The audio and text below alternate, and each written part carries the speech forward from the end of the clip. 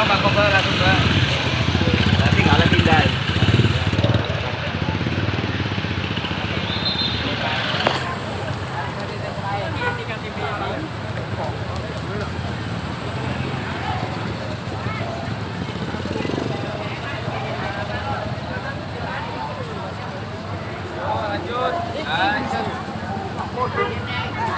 Ayo wes terus maju weh. Maju. Weh.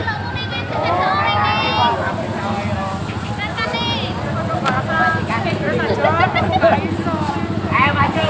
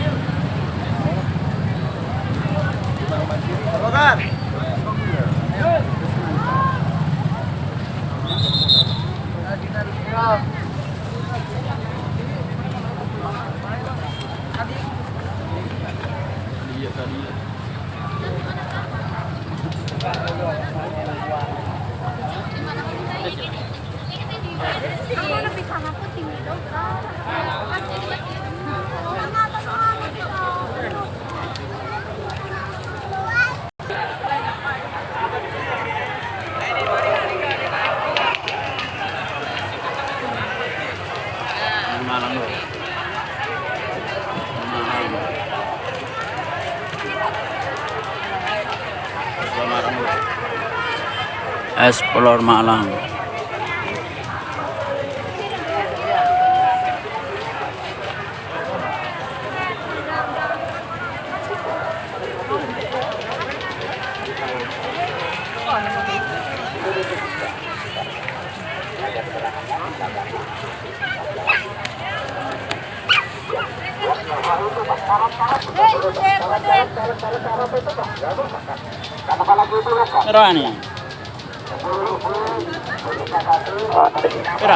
Pirang.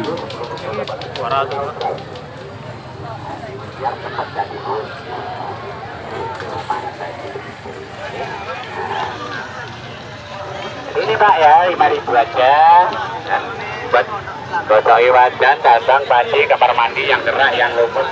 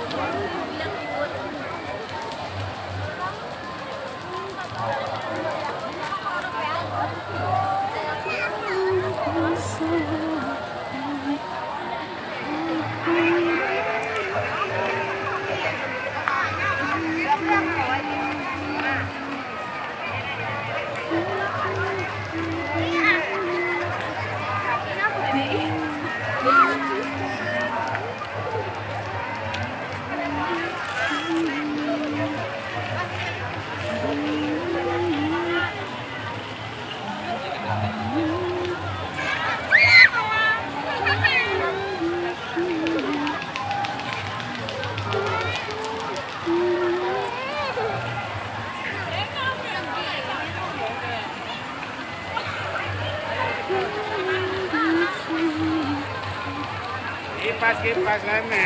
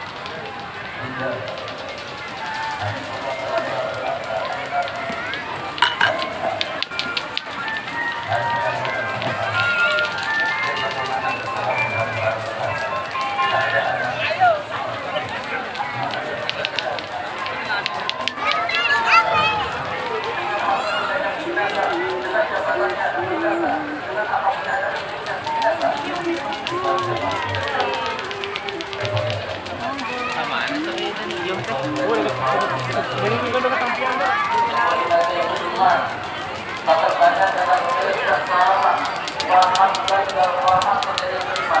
ini tuh Mas Esmi. Disanakan keimanan itu adalah sebuah gelar. Disanakan keimanan itu adalah sebuah gambaran orang mengatakan iman, padahal iman itu adalah sebuah pakaian. Mari itu kita fungsi nyai.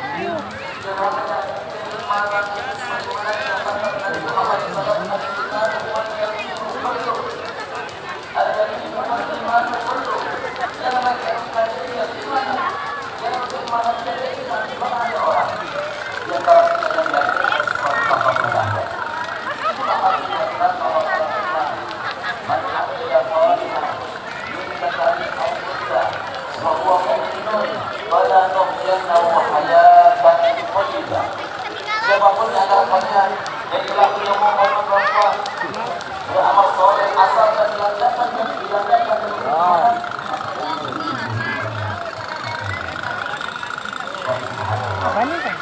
banyak benar kita bahkan dikatakan oleh Allah bahwa sampai kita kalian memohon beliau kali ini semoga agar itu yang diperlukan kepada kita. Dimana banyak jalan kebijakan yang berbeda. Tapi Muhammad tidak menjaga kemuliaan, yang tidak menjaga kemuliaan ilmu yang diwariskan oleh Nabi kita Muhammad sebagaimana Nabi Muhammad telah mengucapkan bahwa saat itu daripada saudara-saudaranya dan kakek moyangnya dari para nabi Rasul. Innal aqya la yuwarithu dinaran wa la dirhaman innama warathu ilma wa man akhadahu faqad akhadha bi haqqin wa sesungguhnya para nabi dan para rasul tidak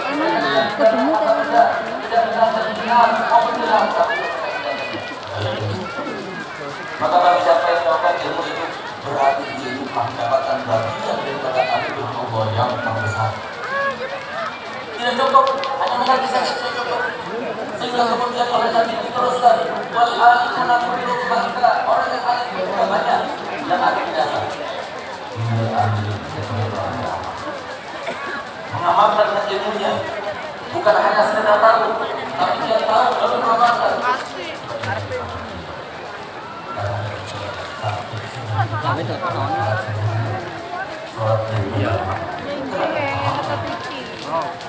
Lihat bagaimana beliau kesabarannya dalam menghadapi segala gangguan yang datang kepadanya. Kenapa beliau seperti itu? Karena beliau paham.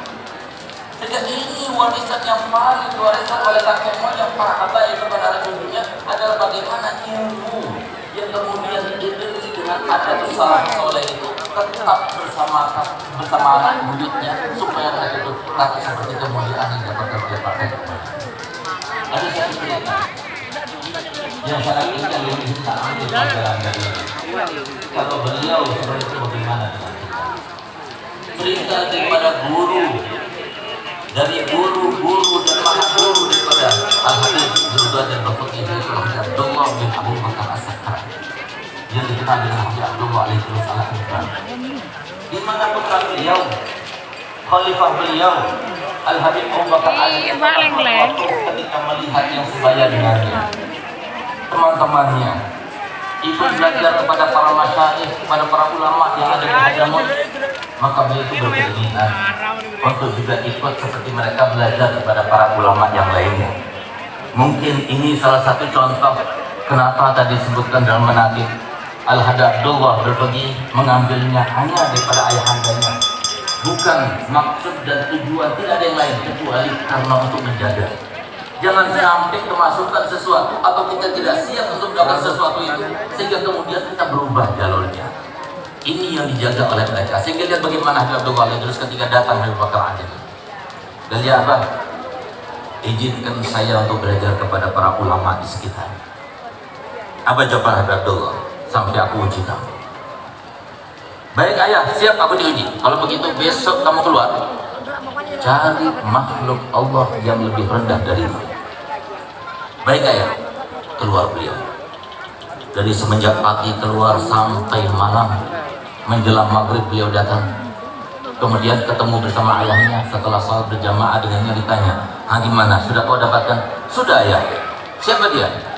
Dia adalah seekor anjing, sudah anjing, kemudian dia itu banyak budikannya, banyak luka-lukanya, maka itulah apa katanya Abdullah, kalau begitu kamu harus belajar pada aku, belum saatnya kamu belajar pada yang lainnya.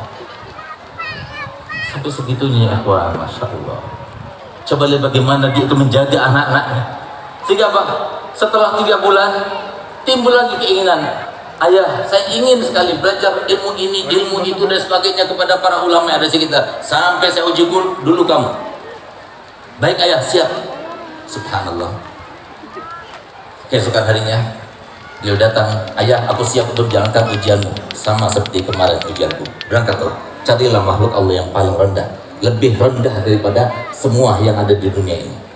Subhanallah, menjelang maghrib datang beliau. Lalu beliau ditanya oleh ayahnya, bagaimana? Sudah kau dapatkan? Ayah, aku sudah mencari kesana kemari, tidak ada yang lebih hina daripada aku, tidak ada yang lebih rendah daripada aku. Apa kata Abdullah? Sekarang waktunya, silahkan kamu itu belajar pada siapapun. Coba lihat bagaimana adab istiadat yang semacam ini begitu kental di antara habaib, sehingga mereka itu diajarkan untuk tidak salih, untuk tidak merasa bahwa saya lebih baik pada satu orang pun. Kita lihat bagaimana Sayyidina Hasan bin Ali bin Abi Thalib radhiyallahu anhu ardah.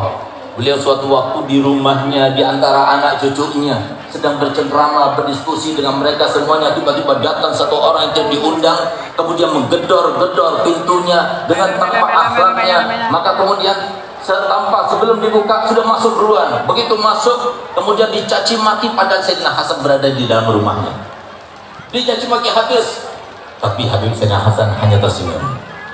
Sementara anak cucunya ada sekitarnya, mereka gundah, mereka gelisah, mereka marah, sehingga mereka berkata, ayah balas, tapi beliau hanya senyum saja, tidak membalas. Sampai setelah orang itu pergi dari rumahnya, barulah kemudian anak cucunya berkata kepada ayahnya, ayah, kakek, engkau ini di rumahmu, bukan di rumah orang lain, di rumahmu, ini tempat kekuasaanmu. Dia datang bukan kau undang, dia datang dengan tidak berakhlak, dia datang mencaci maki kamu habis, tapi kau tidak, kenapa kau tidak usir dia, kenapa kau tidak balas? Apa jawaban Sayyidina Hasan? Dan inilah yang mungkin harus kita tanamkan dalam diri kita, terutama para habaib, dan ini yang banyak kehilangan di antara kita. Apa kata Sayyidina Hasan? Ya auladi, ya ahfadi, tahukah kalian siapa ayahmu ini? Tahukah kalian siapa kakekmu ini? Ayahmu ini punya ayah namanya Ali bin Abi Thalib, dan ayahmu ini punya ibu namanya Sayyidatina Fatimah Zahra, dan ayahmu ini punya kakek namanya Nabi kita Muhammad sallallahu alaihi wasallam. Ketahuilah demi Allah, tidak ada seorang pun di antara mereka yang mengajarkan aku bagaimana cara mencaci maki orang, sehingga bagaimana saya akan membalasnya. Tidak ada di dalam hatiku bagaimana saya akan mencaci orang atau menghina orang. Itu yang harus kita tanamkan di diri kita. Banyak di antara kita yang sudah salah kaprah, suudzon bahkan kepada Allah. Disangkanya Allah bukan maha segala-galanya. Disangkanya Allah diam ketika jadana Sayyidina Husain, ketika dipenggal kepalanya 1 melawan 3.000 orang. Sehingga pada saat itu dengan sendirinya, hanya sendirian, beliau melawan kepada mereka semua tanpa mundur sama sekali, tanpa memberikan sebuah pilihan-pilihan yang lainnya yang sudah disodorkan oleh mereka. Bahkan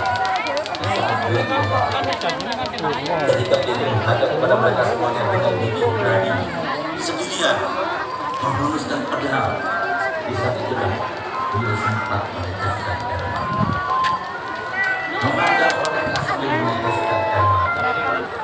Lalu kemana? Cari juga putra yang pada putri pada Sayyidatina Fatimah Zahra melihat tandanya dalam keadaan menangis, maka beliau keluar mendekat pada raja. Aku adalah putra Imam Ali. Apakah putra Fatimah Zahra aku menangis dengan mereka? Kita bakal bermanja, kita bakal bermanja. Apa jawabannya?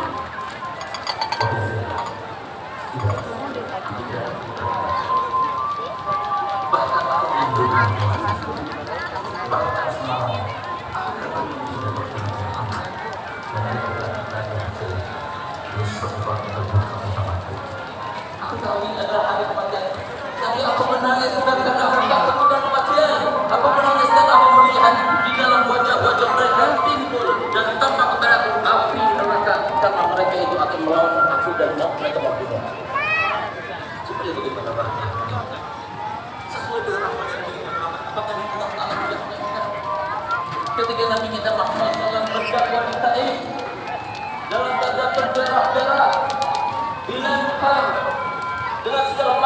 apa yang saya terima dengan batu bahkan dengan besi dikatakan. Semua anak-anak budak, semua anak kecil buat batu melempar Nabi Muhammad. Apakah tidak? Apakah kau tidak paham? Apakah kau tidak lupa bahwa Nabi kita Muhammad telah bersabda bahwasanya asyadun nasi balaan al-anbiya, tsummal ulama, tsummal amsal fal amsal. Tambah berat ujiannya, tambah disayang sama Allah. Tambah berat cobaannya, tambah dekat kepada Allah. Subhanallah. Begitu Nabi Muhammad sudah mendapatkan tempat yang aman, justru mereka diberikan. Dia datang dengan gerangnya dan berkata kepada Nabi Muhammad, "Ya Rasulullah, doakan mereka. Sekarang aku diperintahkan oleh Allah untuk memberikan pilihan kepada engkau. Engkau mau tempat mereka berpijak, aku akan angkat seperti aku lakukan kepada kaumku. Belum sampai ke tengah langit, kau akan kembalikan dalam keadaan terbaik. Kalau engkau mau, dua malaikat yang menjaga gunung di sekitar Taif ini telah diperintahkan oleh Allah kepada mereka berdua untuk menghancurkan gunung-gunung di atas mereka sehingga mereka semua binasa. Kalau engkau mau diberikan pilihan, apa kata Muhammad? Lam asbaban wala lakna innama asbaban.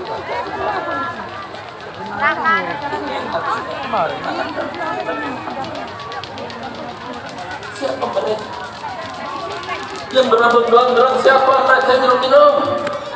Siapa mereka yang ada takut yang adanya mereka demi Allah yang pernah datang ke Nabi Muhammad bersumpah Allah tidak akan wahidah min ummati finnar?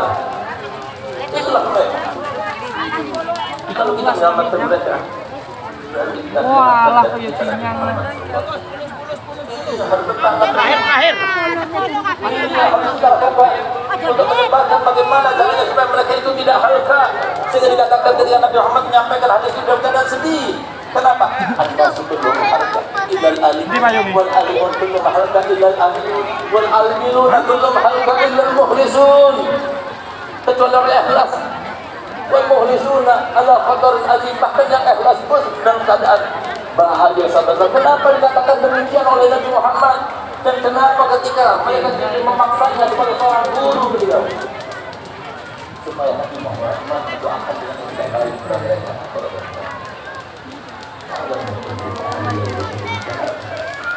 Yang penting kau ya Allah, kau jangan hijau tidak marah kepada aku, tidak peduli. Kenapa kegiatan itu tidak peduli? Lalu pakai kita. Ada sebuah kejadian dan baru tepatnya pada malam 8 Safar, malam mautnya Nabi Muhammad. Ada salah satu daripada murid beliau yang bermimpi, di mana pada malam itu beliau itu bermimpi berziarah ke makam Nabi. Kita parah sih. Dia mendengar ketika beliau berdoa dan berdoa. Entah apa sebabnya sebelum ketika beliau sudah tiba-tiba terdengar suara yang ternyata suara suara Nabi Muhammad dan bangsa beliau ma'aksara fasadu ummati fi hadzal zaman ma'aksara fasadu ummati fi hadzal zaman ma'aksara fasadu ummati fi hadzal zaman. Kalau kebanyakan dari zaman ini Nabi Muhammad tidak itu. Kenapa Nabi Muhammad dalam hadis yang beliau mengatakan innama ana tashaddud, aku ini manusia biasa sama seperti kalian. Kenapa? Karena Nabi Muhammad punya perasaan, Nabi Muhammad juga punya cita-cita, Nabi Muhammad punya kehendak, Nabi Muhammad punya hati. Cita-cita beliau ada seorang pun berat menjadi Muhammad Abu Bakar Siddiq bersama Nabi Muhammad. Belum bisa ya, Mbak. Nabi Muhammad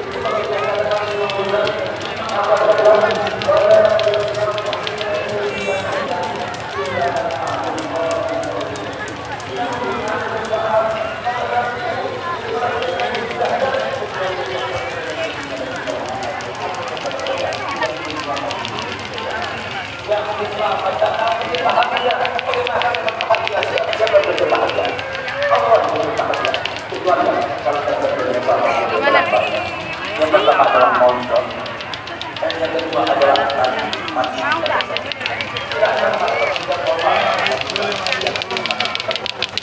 Dan yang ketiga adalah penghormatan pada ulama. Dan yang keempat adalah jalan yang kelima, sebagaimana disampaikan Nabi Muhammad, aliman, au muta'alliman, au mustami'an, au muhtasaban wala tadul hati dan ketahuan. Jadilah kamu yang jadi orang alim, kalau tidak jadilah orang berpadu, dan jadilah pendengar saja, dan jadi pendengar yang lemah kita dan kesalahan.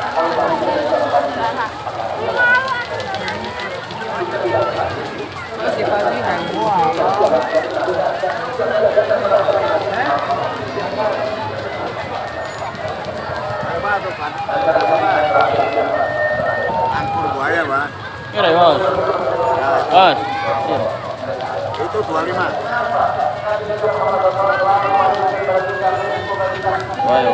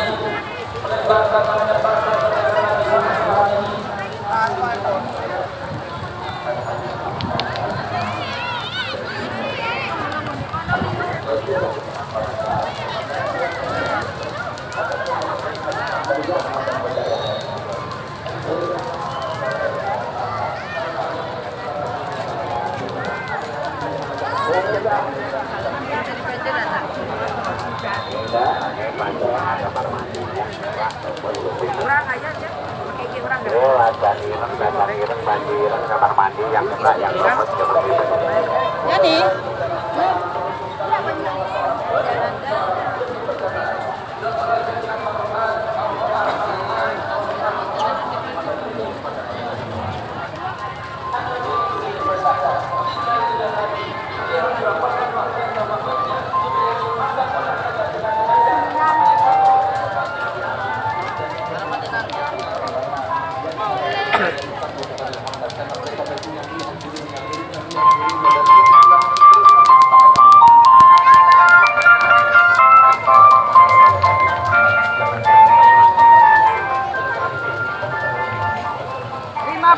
Dapat 3, ayo.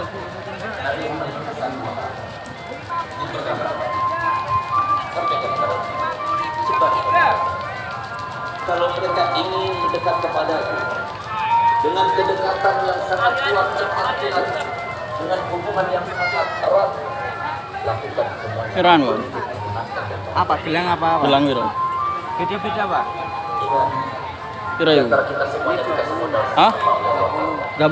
Gak ada yang melebihi kecuali yang cerdas, yang menggunakan modal Allah. Yang kita Enggak emang. saya tidak menjadi orang kaya, saya bukan orang kaya, saya pejabat sebagainya, berarti dia tidak punya modal. Semua punya modal mendekatkan diri kepada Allah. Gunakan modal dan bagi semua dan bagi akan Nabi Muhammad yang ada jadilah kalau itu mengajar semuanya. Yang kedua, kata beliau, sebab banyak orang yang menghina, kemudian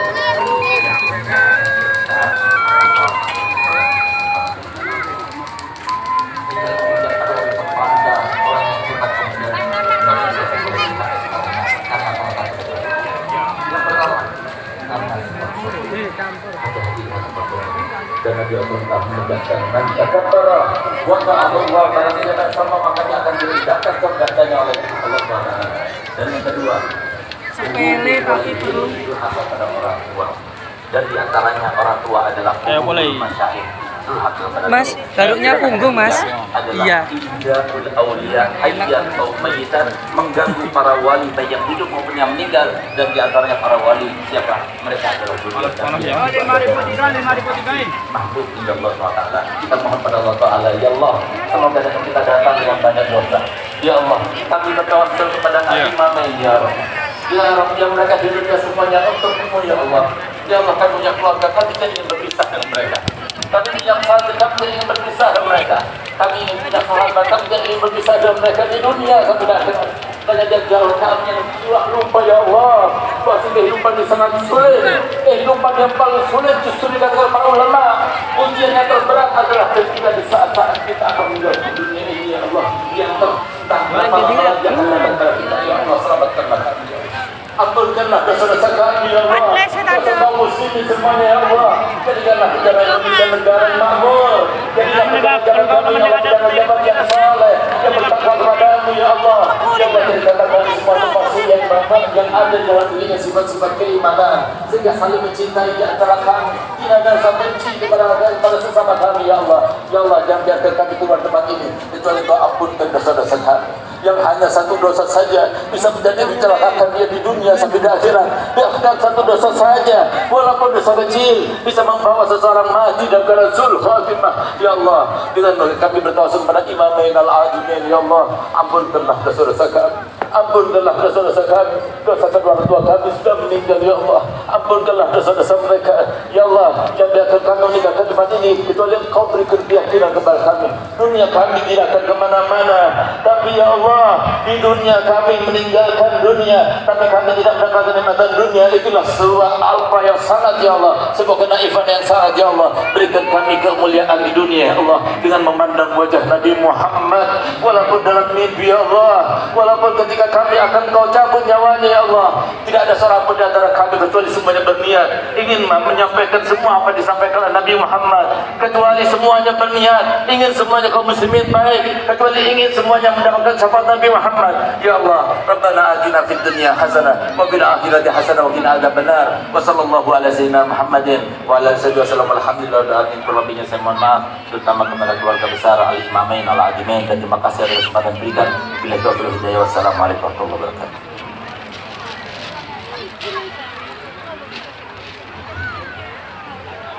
Jazakumullah khair disampaikan kepada Dr. Habib Sigaf bin Hasan Baharun. Sebelum sambutan atas nama Gubernur yang akan disampaikan oleh Bapak Dr. Haji Emil Elistianto Dardak, kepada beliau waktu dipersilakan.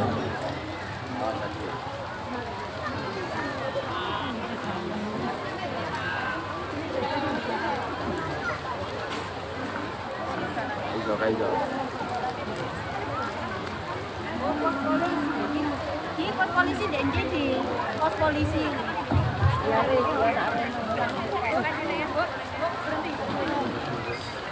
Assalamualaikum warahmatullahi wabarakatuh.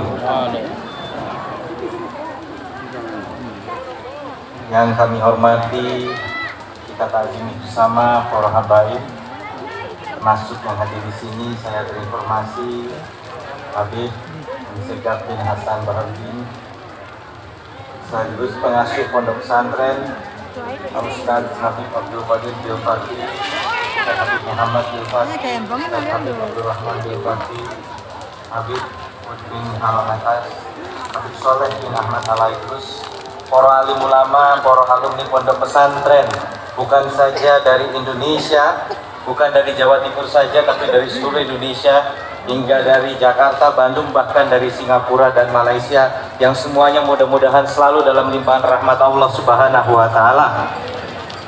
Yang kami hormati sekali lagi para sepuh, para zuriyah dari pondok pesantren yang pada hari ini Darul Hadits Al-Fakhriyah Malang, kita memperingati Haul Akbar ke-62 dari pendiri dari pesantren ini, yaitu Al-Ustazul Imam Al-Habib Abdul Qadir bin Ahmad Bilfaqih Al-Alawi radhiyallahu anhu, dan juga haul ke-32 dari pengasuh Al-Ustazul Imam Al-Hafiz Al-Musnid Profesor Dr. Habib Abdullah bin Abdul Qadir Bilfaqih Al-Alawi radhiyallahu anhu, dan juga hari lahir ke-78 Lembaga Pesantren Darul Hadits Al-Fakhriyah Ahlus Sunnah wal Jamaah Malang.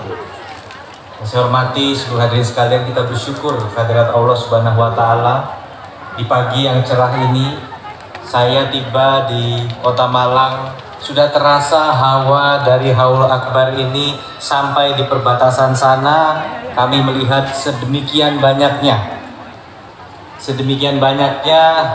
umat kita yang tentunya mengharapkan bahwa melalui haul ini kita tentu mendapatkan barokah dari Allah Subhanahu wa taala, mendoakan teladan-teladan kita agar kita bisa mewarisi sifat-sifat dan kebaikan serta ilmu yang telah didedikasikan untuk kita para penerusnya. Dan saya tentunya sebagai perwakilan dari pemerintah Provinsi Jawa Timur merasa bersyukur dan mengucapkan selamat datang kepada seluruh hadirin sekalian yang mengikuti Haul Akbar ini. Tentunya kita mengharapkan bahwa negara ini kita bangun bukan hanya dengan otak, bukan hanya dengan otot, tapi juga dengan doa. Dan kita meyakini bahwa tantangan yang kita hadapi semakin besar, semakin rumit. Banyak hal-hal yang tidak bisa kita selesaikan hanya dengan daya upaya duniawi saja.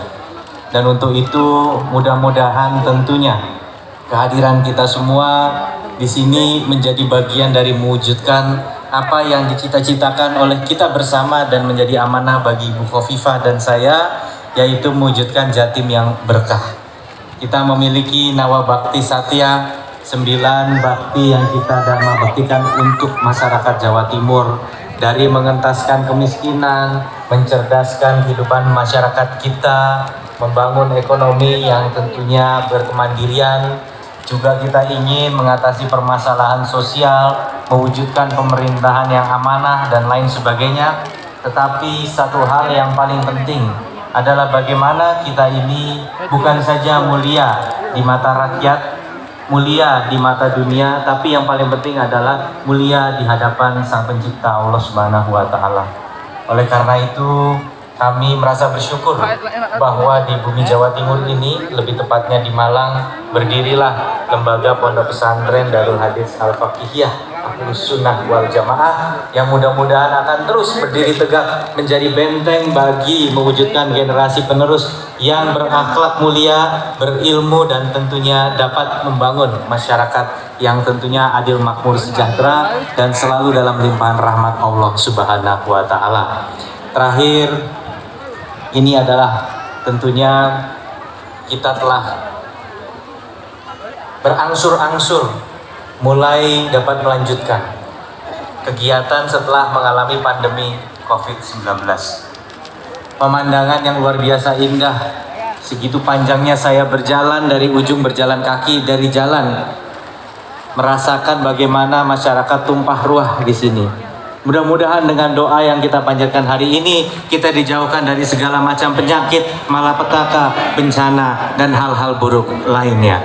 Terima kasih sekali lagi, dan tentunya marilah kita selalu sekali lagi membangun masyarakat yang berakhlak, manjatkan doa dan sholawat kepada Rasulullah SAW.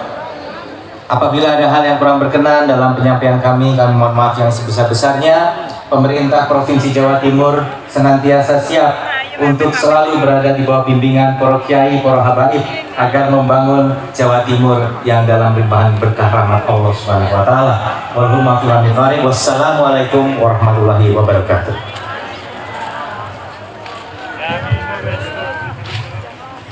Terima kasih diucapkan kepada Bapak Wakil Gubernur. Selanjutnya Mu'aidul Hasanah oleh Kiai Ahmad Saidi dari Tegal.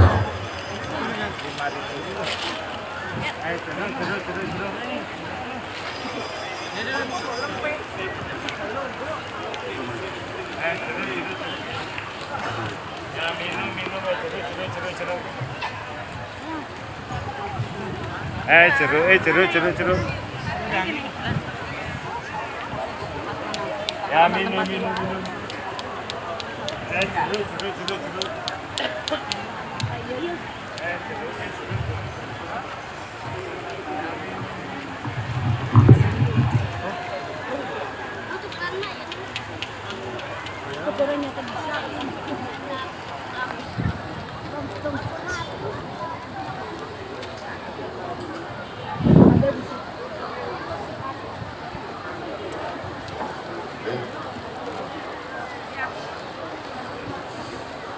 Ya Assalamualaikum warahmatullahi wabarakatuh.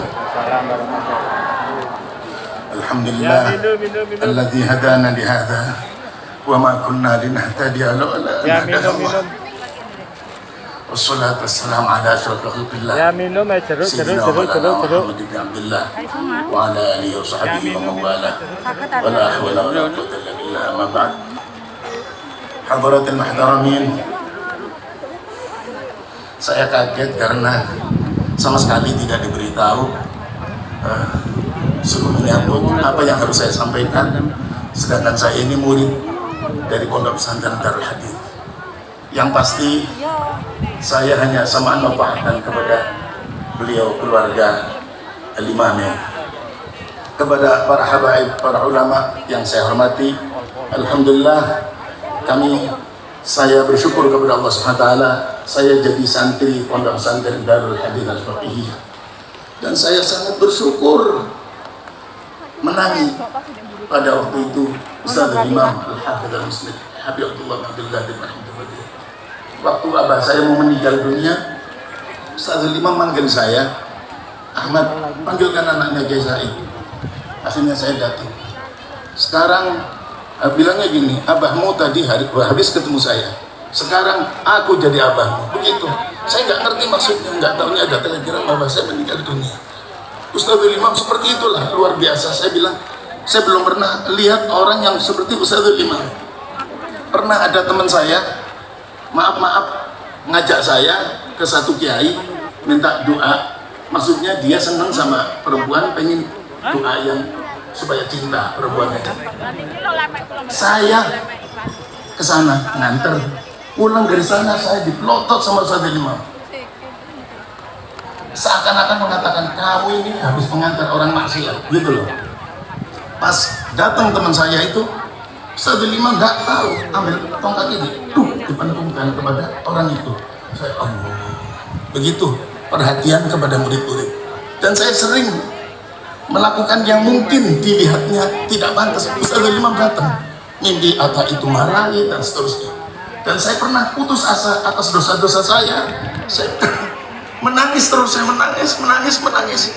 Yang datang Ustadzul Imam mengajak, di situ diantarkan, ditunjukkan itu Rasulullah SAW. Pokoknya saya merasa belum pernah saya melihat di akhir zaman, ya Allah alam, yang lain saya nggak tahu. Setahu saya seperti itu Ustadzul Imam. Lah apalagi di zaman sekarang, zaman yang sudah orang-orang sekarang sudah menyembah berhala. Berhalanya bukan seperti dulu. Kalau dulu kan kelihatan batu dan seterusnya. Sekarang sebenarnya sama. Ya, kedudukan, jabatan, terkenal dan sebagainya, uang, harta, itu semuanya adalah berhala. Dan berhala yang tidak kelihatan lagi adalah nafsu kita, semua adalah berhala. Dan kita selalu menurutkan nafsu kita, selalu tunduk kepada nafsu kita. Maka kita adalah para penyembah berhala yang tidak ketahuan. Mudah-mudahan dengan kita hadir di majelis ini, Allah Ta'ala menyucikan hati kita dari semua keburukan-keburukan, bisa mengikuti kepada Imam, dan sampai akhirat kita tidak putus. Amin ya rabbal alamin. Selanjutnya saya pernah mendengar waktu saya mondok di sini, muallim siapa saya lupa itu mengatakan, kun nuran wala takun zulmatan. Jadilah cahaya dan jangan jadi gelap. Saya nggak ngerti maksudnya, nggak ngerti yang diomongkan, dia ikut hafalan saja. Setelah lama-lama, ya itulah keistimewaan Ustaz Al-Imam. Itu saya mikir, iya, apa yang dimaksud kun nuran wala takun zulmatan? Ternyata kun aliman, sebab al-ilmu nurun, kun nuran berarti kun aliman wala takun jahilan. Iya, setelah saya pikir sebentar, saya mohon maaf kepada para habaib, saya ada cerita sedikit. Saya punya teman, ini ahli dunia, dia itu ahli ekonomi. Sampai kalau dia masuk ke daerah mana, wah, ini duit KB ini. Melihat orang gila banyak, ini duit ini. Jadi melihat apa saja yang dilihat, ini duit loh. Saya bilang, kok sampai bisa nemu gitu caranya? Oh gini, begini. Betul, dipraktekkan. Dia kenal sama jenderal di Jakarta. Terus dia ngomong sama Pangdam Jaya Jakarta, ngomong, Pangdam, iya, ini anak buah sampai pertama tanyaannya gini, apa namanya, Jenderal, sampean nggak pengen punya uang banyak kan? Ya pengen, bikin proposal ke atasan, minta supaya anak buah begini. Akhirnya ya sudah, nanti tak kasih pelatihan.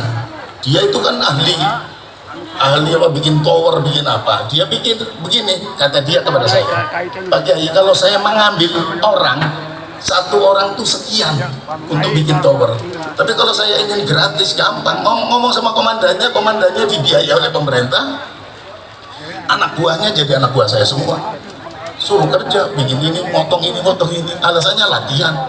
Ternyata dibawa ke Kalimantan, kemana, lah izin aman dari gubernur yang biasa nggak minta, karena ini dari Pangdam Jaya, dari mana saja aman. Lulus hanya ke sana dok, keluarganya sedikit dapat banyak.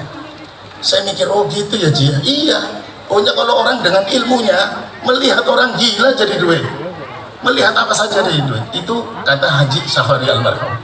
Lah begitu pula saya ngomong sama Haji Safari, Ji, bagaimana dengan ilmu agama?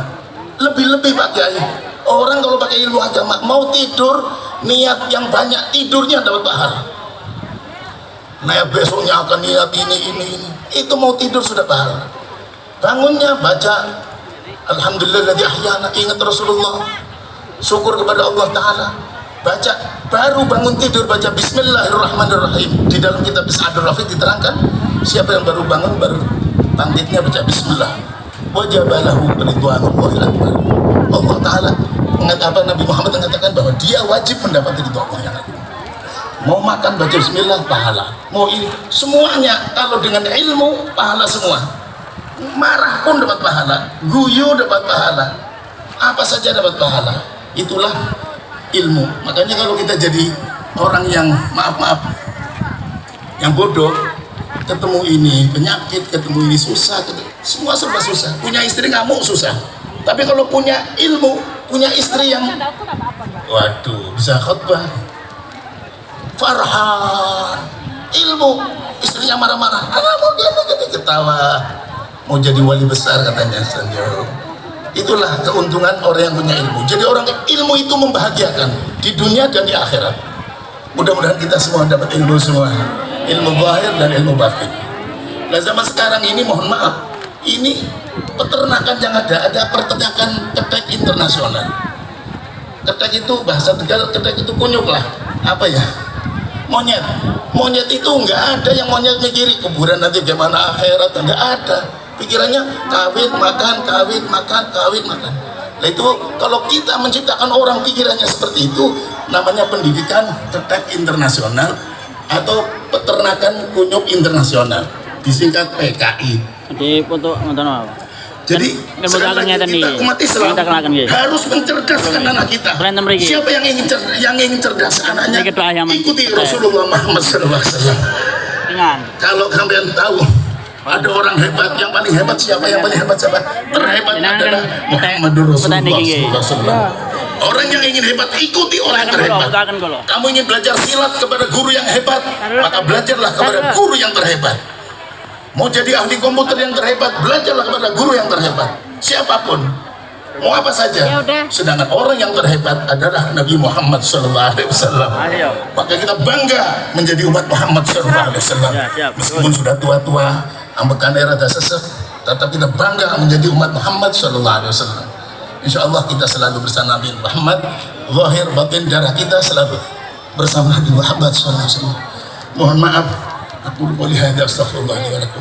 Mohon maaf atas saya, apa yang saya sampaikan barangkali tidak pas, barangkali sul adab kepada semua saja. Mohon maaf zahir batin, khususnya kepada keluarga besar Ali Mamen, Al Habib Abdul Qadir, Al Habib Muhammad Abdul Rahman, dan kepada Al Habib Ustaz Saleh bin Ahmad Al Idrus, Al Habib Ahmad bin Ahmad Al Idrus, dan semua keluarga besar. Mohon maaf kepada semua alumni. Mudah-mudahan kita selalu berpegang teguh kepada Ustaz Liman, dan insya Allah kita sudah di gerbongan yang benar, gerbongan yang hak. Sudahlah, kalau gerbong ini ladi 1000, kita ikut ladi 1000. Ini Ustaz Liman gerbongan, ngikuti atasnya. Ndak sedase itu Rasulullah SAW. Rasulullah ladi 1000, kita ikut lagi 1 miliar kita ikut. Jadi nggak usah tolak sudah. Ala siratim mustaqim. Saya kira Walafu minkum. Assalamualaikum warahmatullahi wabarakatuh.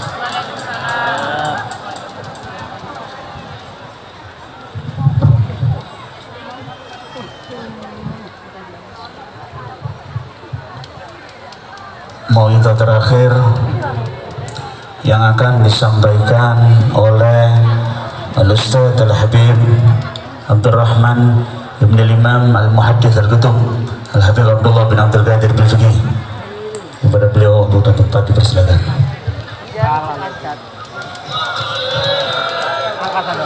Assalamualaikum warahmatullahi wabarakatuh.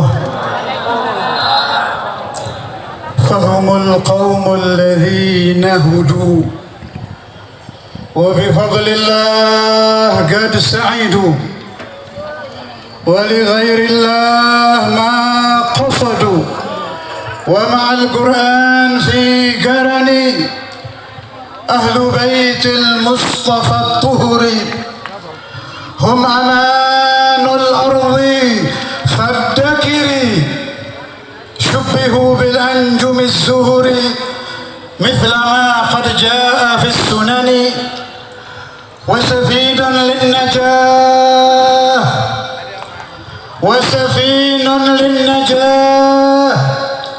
وسفين للنجاة إذا خفت من طوفان كل أذى فانجو فيها لا تكون كذا واعتصم بالله واستعيني ربي فانفعنا ببركتهم ربي فانفعنا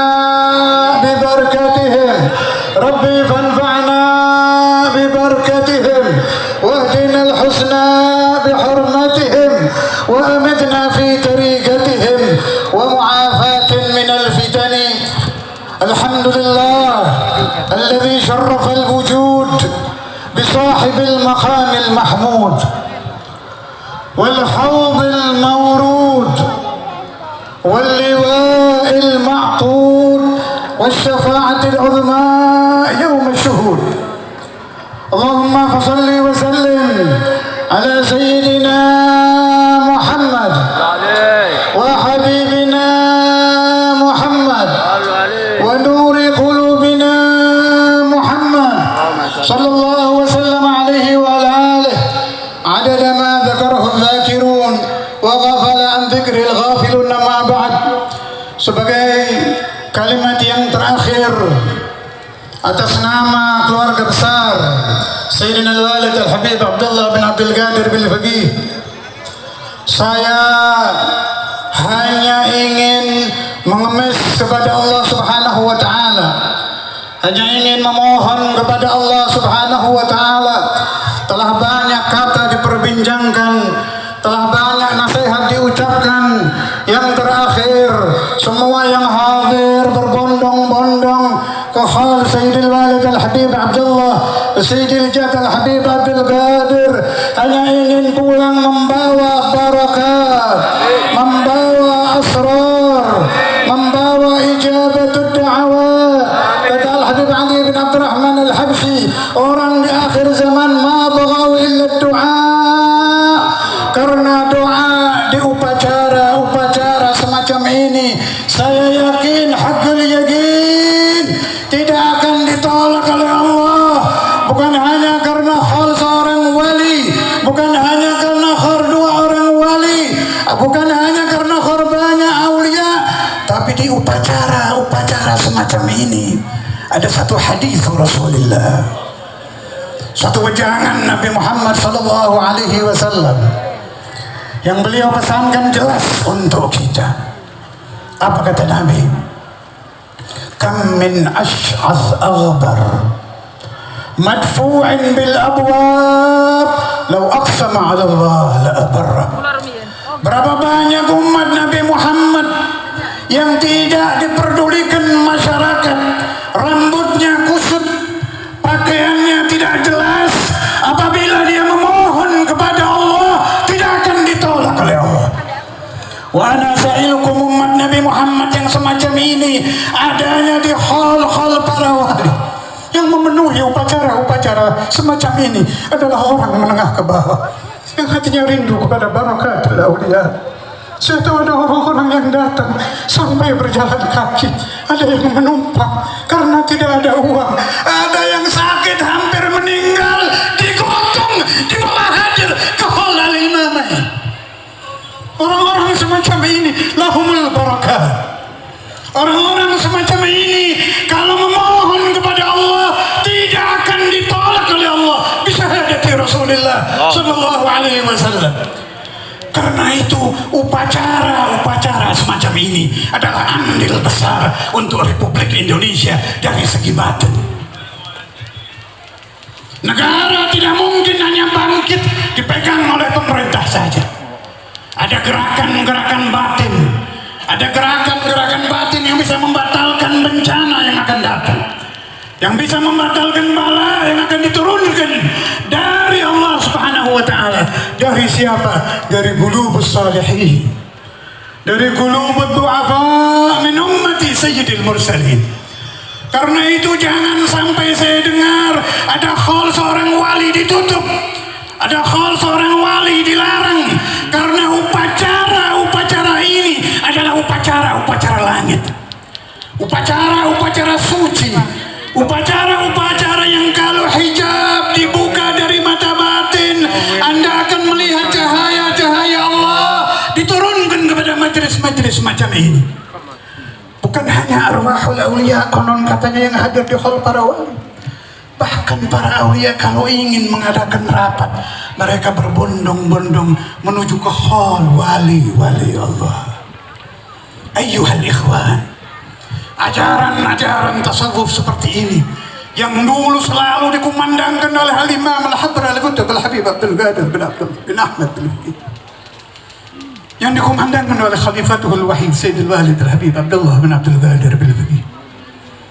Karena banyak macamnya maksiat di akhir zaman, tanpa kita sadari ajaran-ajaran tasawuf terkikis. Kita melihat pakaiannya tasawuf, tapi dalamnya hubbud dunia. Kita melihat majelisnya tasawuf, tapi isinya memohon dunia. Karena itu, guna mengenang ajaran Al-Imam Al-Habr Al-Qutb Al-Habib Abdul Qadir bin Ahmad Al-Fikri, guna mengenang ajaran Maulana Al-Imam Al-Hafidh Al-Musnad Sayyidina Maulana Al-Walid Al-Habib Abdullah bin Abdul Qadir Al-Fikri, saya mengajak semua yang hadir untuk kembali membuka lembaran-lembaran pelajaran-pelajaran Al-Imamain yang sekarang telah tersebar luas alhamdulillah, baik di medsos atau di catatan-catatan, tinggal dibaca dan tinggal diamalkan.